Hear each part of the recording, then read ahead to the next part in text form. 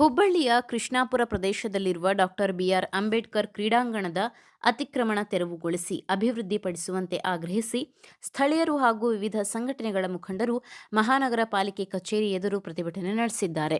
ಹಲವು ವರ್ಷಗಳಿಂದ ಹೋರಾಟ ನಡೆಯುತ್ತಿದ್ದರೂ ಅಧಿಕಾರಿಗಳು ಕ್ರಮ ಕೈಗೊಂಡಿಲ್ಲ ಎಂದು ಪ್ರತಿಭಟನಾಕಾರರು ಆರೋಪಿಸಿದ್ದಾರೆ.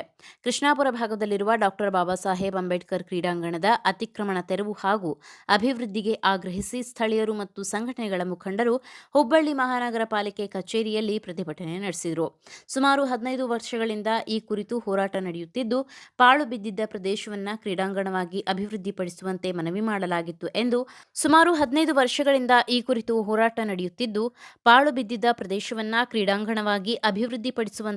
ಮಾಡಲಾಗಿತ್ತು ಎಂದು ಪ್ರತಿಭಟನಾಕಾರರು ತಿಳಿಸಿದ್ದಾರೆ. ಬಳಿಕ ಪಾಲಿಕೆ ನಡೆಸಿದ ಸರ್ವೆಯಲ್ಲಿ ಸುಮಾರು 1 ಎಕರೆ 11 ಗುಂಟೆ ಜಾಗ ಅತಿಕ್ರಮಣಗೊಂಡಿರುವುದು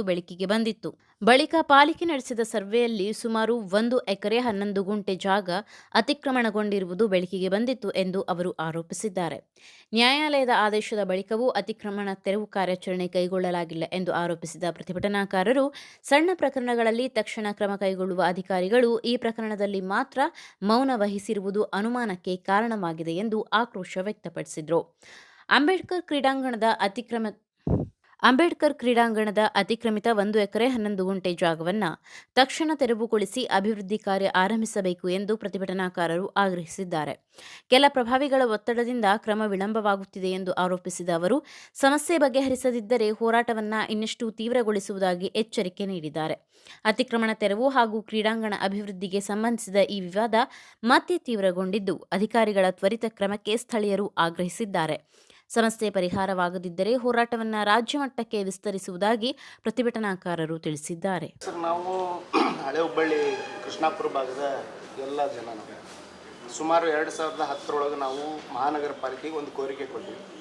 ಡಾಕ್ಟರ್ ಬಾಬಾ ಸಾಹೇಬ್ ಅಂಬೇಡ್ಕರ್ ಅಲ್ಲೊಂದು ಕ್ರೀಡಾಂಗಣ ಬೇಕು ಅಂತ ಫಸ್ಟ್ ಹೋರಾಟ ಇತ್ತು. ಅಲ್ಲಿ 5 ಎಕರೆ 11 ಗುಂಟೆ ಜಾಗ ಐತಿ ಅನ್ನುವಂಥದ್ದು ಗೊತ್ತಾಯ್ತು. ಬಾಳುಕೆರೆ ಹೊಲಸು ಅಲ್ಲೆಲ್ಲ ರೋಗ ರುಜಿನ ಹಬ್ಬುತ್ತಿದ್ವು. ಅದನ್ನೆಲ್ಲ ತೆಗೆದು ಕ್ರೀಡಾಂಗಣ ಮಾಡಿಕೊಡ್ರಿ ಅಂತ ಮಣಿವಣ್ಣನವರಿದ್ದಾಗ ಹೋರಾಟ ಮಾಡಿದಾಗ ಅವರು ಅದನ್ನು ಒಪ್ಪಿ ಅದನ್ನು ಕ್ರೀಡಾಂಗಣವನ್ನಾಗಿ ಮಾರ್ಪಡಿಸಿದ್ರು. ಅದನ್ನು ಅಭಿವೃದ್ಧಿ ಮಾಡಿರಿ ಅಂತ ನಾವು ಬೆನ್ನತ್ತಿದ್ವಿ.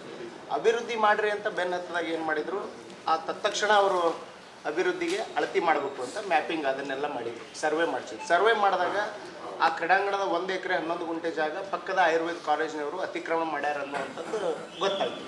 ಅದು ಗೊತ್ತಾದ ಮೇಲೆ ಇವರು ಕಂಪೌಂಡ್ ತೆರವುಗೊಳಿಸಿದ್ರು ಮತ್ತು ಆ ಕಟ್ಟಡ ತೆರವುಗೊಳಿಸೋಕೆ ನೋಟಿಸ್ ಕೊಟ್ಟರು. ನೋಟಿಸ್ ಕೊಟ್ಟಾಗ ಅವರು ಕೋರ್ಟಿಗೆ ಹೋದರು, ಸೋತರು. ಮತ್ತು ನೆಕ್ಸ್ಟ್ ಅಪೀಲ್ ಹೋಗೋಕೆ ಇವರ ಕಾರ್ಪೊರೇಷನ್ನವರು ಅವಕಾಶ ಮಾಡಿಕೊಟ್ರು. ಅವ್ರು ಅಪೀಲ್ ಹೋಗಿನೂ ಸೋತರು.